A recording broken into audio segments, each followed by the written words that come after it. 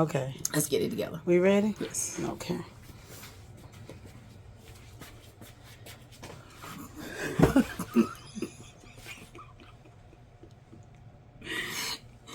I'm in awareness mode. We're supposed to be serious. We are. Okay. Hi. Welcome. We're back. We're back. It's wonderful. It's wonderful. Well, we want to welcome you all to another episode of Real Talk, Tender Hearts, Conversations in Caregiving. She probably forgot. Anyway. I didn't. I'm Vanessa. And I'm Andrea. Yeah, I'm better now. I'm here. I'm centered. I'm focused. And we are back. We're so excited. Oh my God. We are really getting these videos taped. I mean, it's coming together just as we want. We're caregivers and we're here to help. We're here to assist. We're here to be your new BFFs. We're here to give you information about caregiving in all aspects and all realms of it. Whether you're caring for your aging parents, your aging neighbors, or loved ones, whoever your loved one may be. That's what we're here for, to just help and assist and let you know you're not alone, give you some steps, some pointers in getting started. If this is something that's new and that has been impacted into your life, we're just here to help you navigate as we continue to navigate as well, caring for our mothers. My mother is 90 years old. Mine is 87. And disclaimer, we're not medical professionals or experts. We are not professionals. Right. However. But we are becoming professional. We're getting our degree in life. We're getting our degree in 101 in caretaker. Yes. Caretaker economics. Yes. And hands-on, and that's why we're doing this platform and this channel, because we want to share with you as well. That's all. We're just trying to share. So, if you looked at the last week's episode, which we really hope you did, that episode was about when is it time to intervene. And again, we're primarily focusing on seniors for this particular thing. However, it can be for anyone who's in your life and you're starting to notice some health challenges that is occurring, and you're making a decision, hey, I really want to assist them a little bit more. The question then becomes, when is it time to intervene? Excuse me. We gave some really good tips. How many did we have last week? I guess about 9. About 9. Well, just check out the previous videos and that's what you do. You'll get the gist. That right there. Yes. Check out the previous episode and you can see those tips that we gave in recognizing when it's time to intervene and assist. So this episode is the next step. Once you made the decision, yes, I am going to intervene. Yes, I'm going to put myself in the place of being a caregiver. We are calling this episode Developing a Plan and Being Proactive. But before we get started into the meat of this podcast, I want to hear Martha's Minute. Oh, that's right. At the beginning of each episode, we're going to talk a little bit about our moms, and mine is called Martha's Minutes. My mother's name is Martha, and your mom is Shirley. Shirley's Chronicles. So, my mother, her favorite song is "I Feel Good" by James Brown, and we will sing some variation of it daily. Not weekly, not monthly. Wow. Daily. Several times a day. I have no problem with it because I like the song myself. But I love it because my mother will manage to change the wording to fit whatever is going on. So, yesterday was a great moment. She was about to go out to eat with one of my sisters and my brother. And they had never really seen her in action performing this song. So, wow. She started with "I Feel Good," and I jumped in and the other 2 siblings jumped in, and we had a whole concert. Oh, wow. It was so cute, and I didn't take the opportunity to record it. I wish I had, but I'm sure there will be others because, again, she sings I Feel Good Every Day. That's so Martha's cool. Moments. Well, I really don't have a Shirley's Chronicle. Except she cooking. Yes, the Shirley's Chronicle is that she wakes up thinking about food every day. I love her so much. She is such a foodie. So with her little 4'10" self, always looking for food. Always. And cooking. Always. So that was her thing yesterday. She got up, cooked a pork roast. Okay. That's her thing. She called herself seasoning it. She couldn't put the pan in the oven, so she had to call me to put the pan in the oven. Oh, that's so cute. But it ain't really nothing too much except for the fact that she's sitting up there now watching CNN. So that's the chronicle for the day. That's the Shirley. That's enough. All right. That's enough. That's enough. I'm beginning to hate food because she just talk about it all the time. Even though I don't look like we won't say that. We won't say that. No. Okay. Yeah. So again, going back to this episode, it is about developing a plan and becoming proactive. I'm having a high flash. I'm sorry.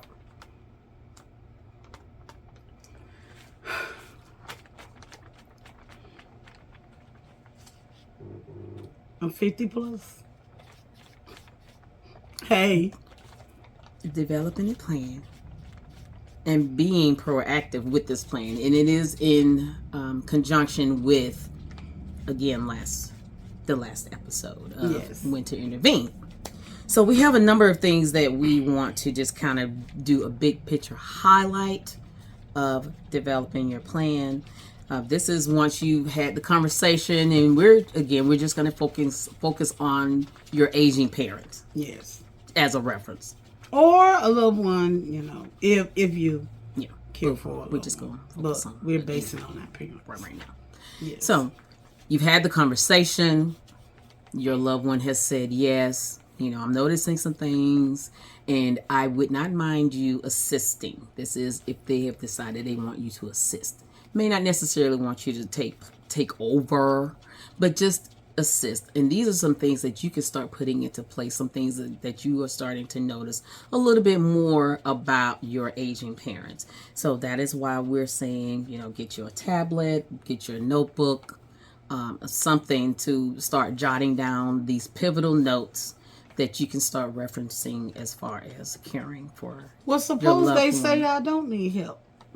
Well, then you still develop your own plan, because listen, it's not if it's going to happen. It is going to happen. If they continue to age and you continue to age, these things are going to take place. And you can still find a way to have these conversations. You're just having general talks on the phone. Hey, blah, blah, blah. How are you doing? Oh, I went to the doctor today. Oh, yeah? Where? Where do you go to the doctor? I go to blah, blah, blah. Who's your doctor? Well, what if they don't want to tell you? They say, I don't need you to know who my doctor is. Okay, but I was just wondering, perhaps if maybe next time you're going, you may need a lift, and I'll be glad to come and pick you up. I can drive. Okay. All right. Well, like I said, just let me know that I'm just letting you know whether if that's something that you need in the future, you can always call and ask me and let me know. Now, she is being as combative and difficult as some of these seniors are, because they can be that way. They can be that way, but we're going to go with the notion of you've had the conversation, and they have been agreeable, and now you are starting to do a deeper dive of what you need to do for developing a plan. Yes, because we didn't really have problems with our parents. I mean, it was just that we noticed things, and we said, hey, what you need help with, and they welcomed the whole process. Mm-hmm. So, all right, number one, and in no particular order, we're just saying them as they've been written.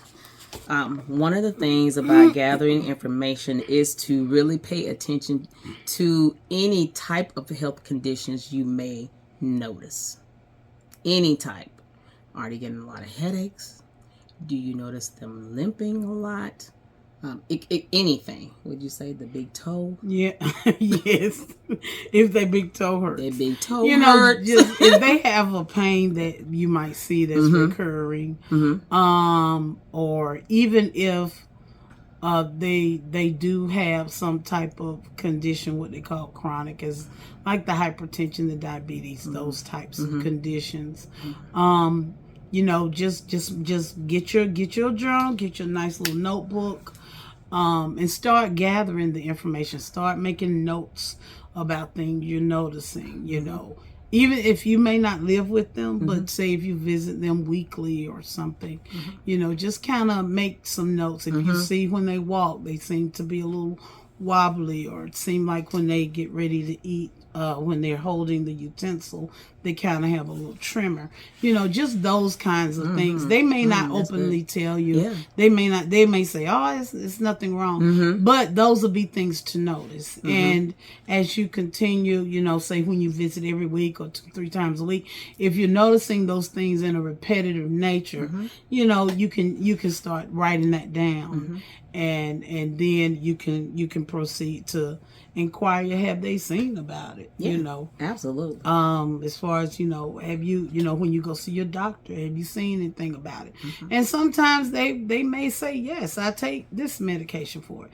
And that's when you dive in and just kind of just say, okay, what you take the medication, what are the medications you take? They won't know I don't even know how to pronounce those names. But they can tell you, I got this for heart, this for this for the tremors, this for this. And just make notes of that, and just to have. And also that will be where you get started into doing your research. Once you start kind of diving in, and that's just for your way to understand the medication and understand the condition. So that will be the first thing that we would suggest. Notice the condition, or even they may not think it's a condition. Just notice what's going on. Right. And then make notations of what current medications they're taking, and they're just gonna probably hold about and say, hey, this is for my iron. This is for this. And that's fine. Just write the name down and put what it's for. Then you go home or go wherever else and you do your research to understand what that medication does. Excellent. That is excellent. Another question, of course, is how often are they going to a doctor's appointments? Yeah. And again, like we said in the previous episode, ask if you could possibly attend these appointments with them, and by then hopefully you'll have a list of all of the medications that they are taking, and you can have those discussions once you get into the doctor's office. So that's another important thing, is to find out who is your doctor, how often are you going to the doctor, where are they located. Yes. And also with the doctor, now they do have platforms. I know that with the Piedmont Emory, they have what you call My Chart. That's here in Georgia, where they have a My Chart platform where all the doctors are on the network, and they log in when the appointments, what medications they're taking, what were the outcome of the visit. That is very good if you can get some login information, or if they allow you to see the doctor, you can see about setting that up. Of course, all of this is with the permission of your parent, because you got these particular privacy rules, which is understandable. Yeah, absolutely. So, absolutely. But yes, ask them about the appointments. If you can ask if they want you, can I come along with the appointment? Now, I've known a few. They may say no, and it's like, okay, well, that's okay. The more information, those if you can look at those medications, it will tell you everything. The doctor's name, yes, the where it's being filled, yes, the pharmacist. You can get a lot of the information, and that doesn't mean you can't go and already set up and go into those websites and get that information as well. Yes, because with the pharmacies, I know we have CVS. Mm-hmm. They have an app. Yeah. And on the app, you can put in, they can pull their medication once you put in their information. Mm-hmm.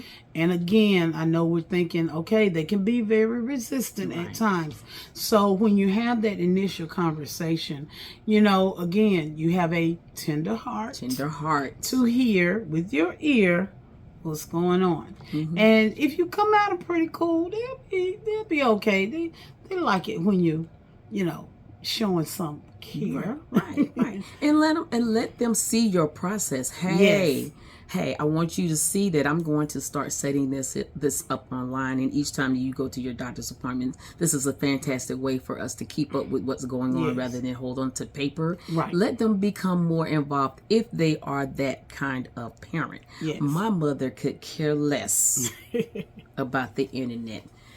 Care less.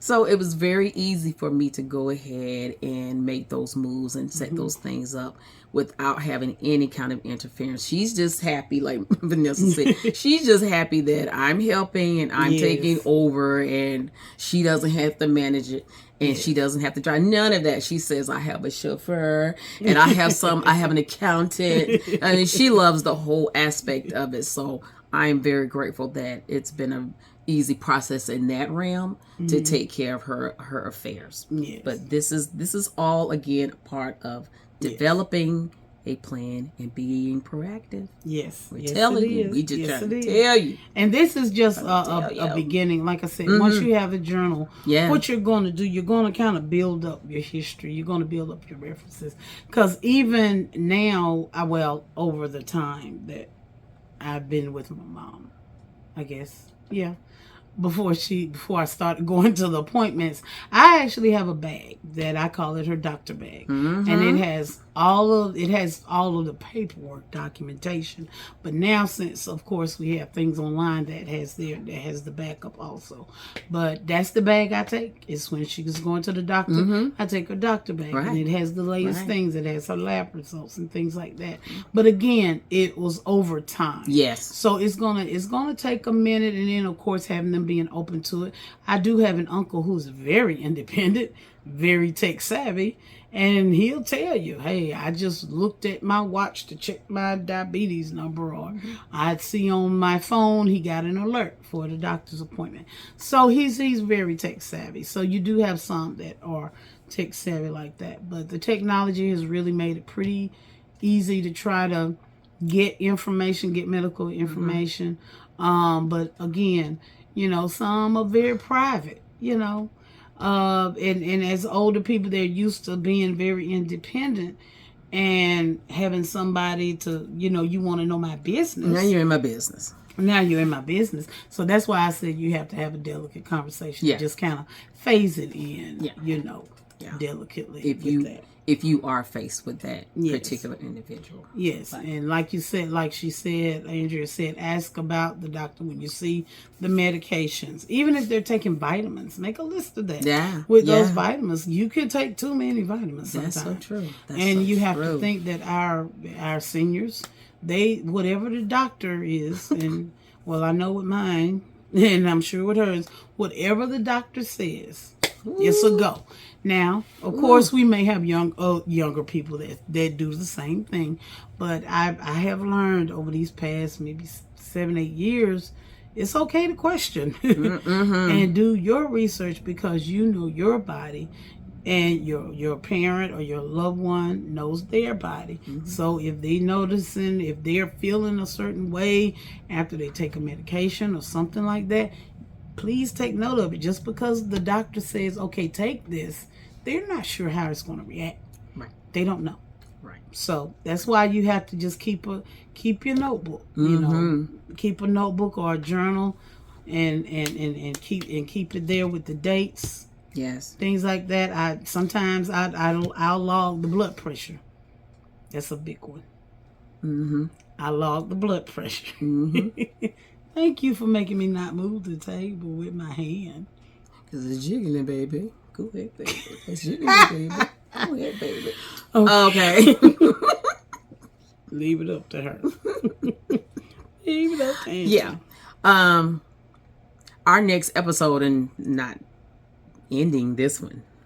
We're just stating that is something that we're really going to delve into, is the whole medication aspect. Ooh, that's a huge one. That is such a big one. So we just want you to stay with us, and continue to give us feedback. I don't think there's what was that about the PDF? Oh, there is on AARP. Our friend, which is where we're getting a lot of information. And who's not sponsoring us yet. Exactly. They do have a caregiving guide, an AARP family caregiving guide, which is a guide that just outlines everything you need to look at, from finances to health to living situation, to technology, and down to the end of life care. Transportation. It just gives you a whole guide of how to plan. And what we'll be doing is just kind of taking that and giving you some of the main pieces. Yes. That you can, instead of, a lot of us, it's a 40-page document, I think. No, it's a 20-page document. A lot of times we ain't got time to sit there and read through all that. So what we'll be doing, we'll be taking and giving you some tips on that to kind of help you go ahead and do that. And also, I do want to point out that it's currently open enrollment for Medicare for your seniors.